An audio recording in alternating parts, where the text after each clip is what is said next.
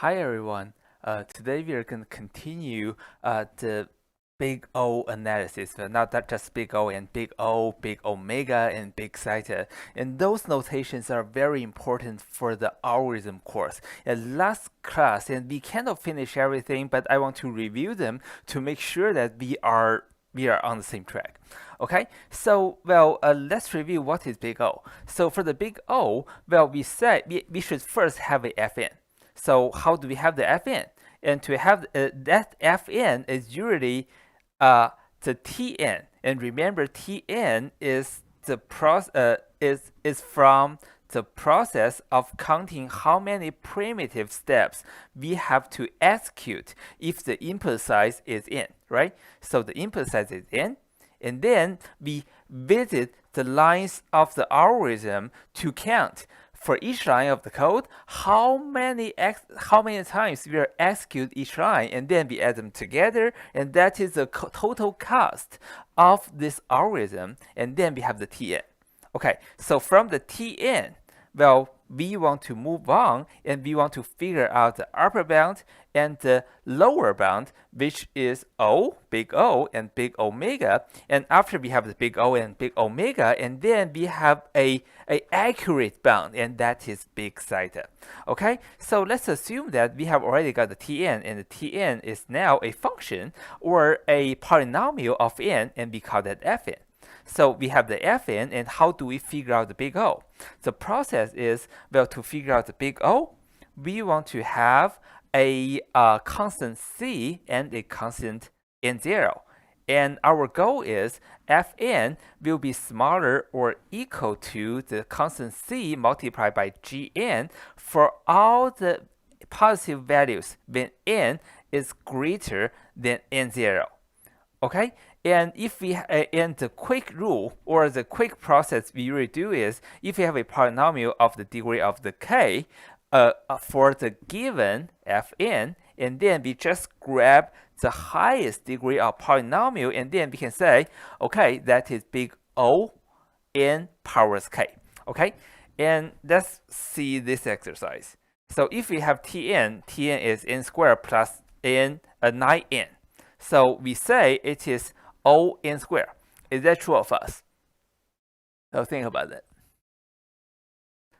Okay, remember this is the rule we just talked about. If we have a polynomial and the highest degree is k, and then we can say that is big O in k. So if we apply this rule here, and you will find, okay, the highest polynomial degree is 2, so O n squared, so it is big O n squared. So this is true. And if you use this quick and easy way to figure out the big O, that is perfectly fine. But now I want to show you how to do that in a hard way. So we are trying to find the upper bound of the Tn, right? So our goal, remember, is to find an upper bound. Okay, and then how do we do that? So Tn is smaller equal to n, let me grab n squared. So n squared, and then plus, nope. Okay, that's annoying. Okay. So it's smaller or equal to 9. Okay. Let me do another way. That is annoying.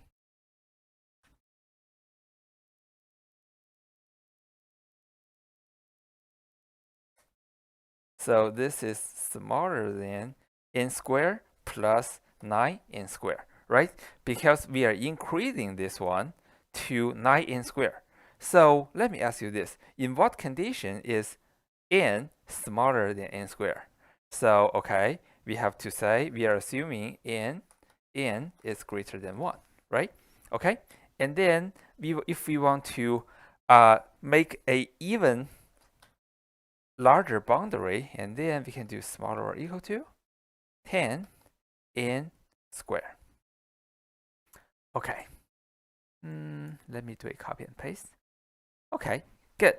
So now we have the observation that Tn is going to be smaller or equal to 10 n squared for all the values when n is greater than 1, right? So what is c? Oops, lowercase c, please. What is c? The c should be this value. So c is 10. And then what is n0? N0 should be 1. So let's grab the definition here. So there exists a constant c and the n0 such that fn, which is our tn in this case, is always smaller than c, which is 10, and gn, which is n squared, for all the n values when n is greater than n0, and in our case n0 is 1. So let's grab this line and then make the change here. Okay, so there exists a positive constant c. What is the c? C is 10. And then n0 is, oops, I want to do, this is 10. And then n0, this is 1 here. So this 10, and what gn will be n squared for all the n when n is greater than 1. Right? So we just plug in 3 components here. We answer the question, what is c?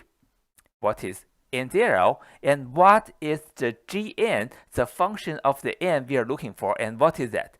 That is n squared. Right? So eventually we are able to prove that. So Tn is O n squared. Okay, so this is a full proof of a given Tn, and then we are able to prove that the Tn is On squared. Okay, so this is the full proof. And if you know this, and if I'm not asking you for a formal proof, and then just apply this trick, and then you will get it right. Okay, so I'm going to delete this process. And let's move on. Uh-oh, I have to change that again. Okay, so how about this part? So we are still doing the same polynomial, but now we are discussing whether it's a big O n cube, true or false. That's weird, right? Because, well, we know it is a O n squared is the upper bound. And then how about O n cube?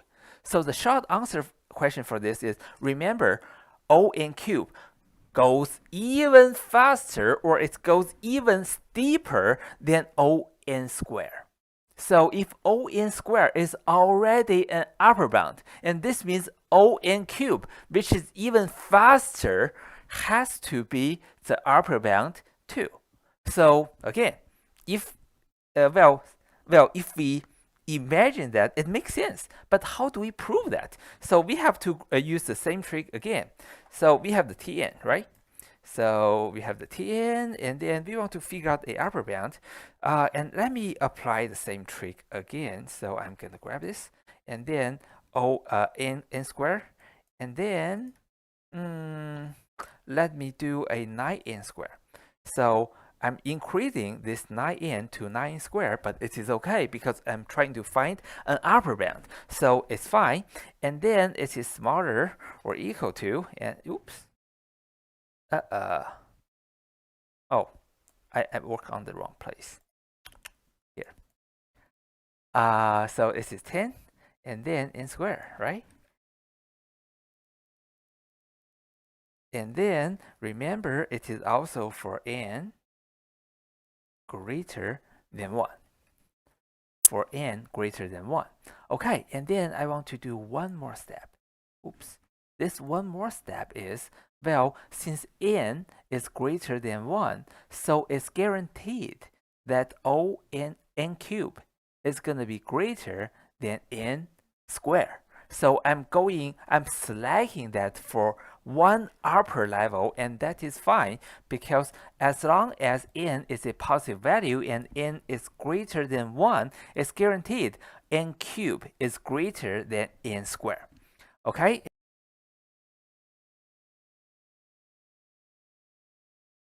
Okay, so the next part, we want to go back here and I want to grab this part again. So let me do a paste. And then we have already figured out the C, the N0, and Gn. So let me just do a replace.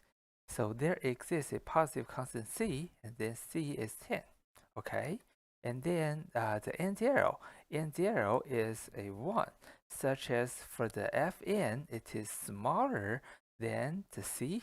And then Gn will be uh, Gn will be n cubed. And then for all the n values, for n greater than 1, right? So we have plugged in all three components. So we answered the question, what is C, what is N0, and what is the Gn? So after figure out all three of them, and then we can say, okay, so since the Gn is is n cubed, we can say this Tn is O n cubed. Okay, so that's it for this part. Let me continue. Okay, so just now we spent time talking about the big O, and similarly, well, there is also a lower bound, and for the lower bound, that is omega. And the rule for omega is instead of finding a C multiplied by Gn, which is always higher than Fn, now we want to have another C and another Gn, and C multiplied by Gn is always lower than Fn, and this is our goal. And of course, we also need the N0. And after we have the big O n and big omega n, and if those two Gn's are the same, and then this means we have the same Gn, and C1 Gn is smaller or equal to Fn, and the Fn is smaller or equal to C2 Gn. Why? Because, well, we are assuming that we have a Gn and we have the Fn, which is big O Gn. We also can prove that it is big omega Gn. So upper bound, it is Gn. Lower bound, it is also Gn. So we put them together, and then we have the big omega. Or the easy way to say that is if we can prove that Fn is big O Gn at the same time, Fn is also big omega Gn, and then Fn is big theta Gn. Well, and remember for now, when we are discussing the big O and big theta, we are using a smaller or equal to or greater or equal to, right? Okay, and then the next notation I want to remind you is if you change the smaller or equal to or greater or equal to smaller than or greater than, now we have the smaller O and the smaller omega, and in some cases we will use the small o and small omega instead of big O and big omega, but it's not so common. Okay, so this is a review on how do we do the big O and big omega and big theta, and well, in our homework and then also in the exam, you're going to see this question. Okay, so I'm going to stop here and move on. We will talk about merge sort.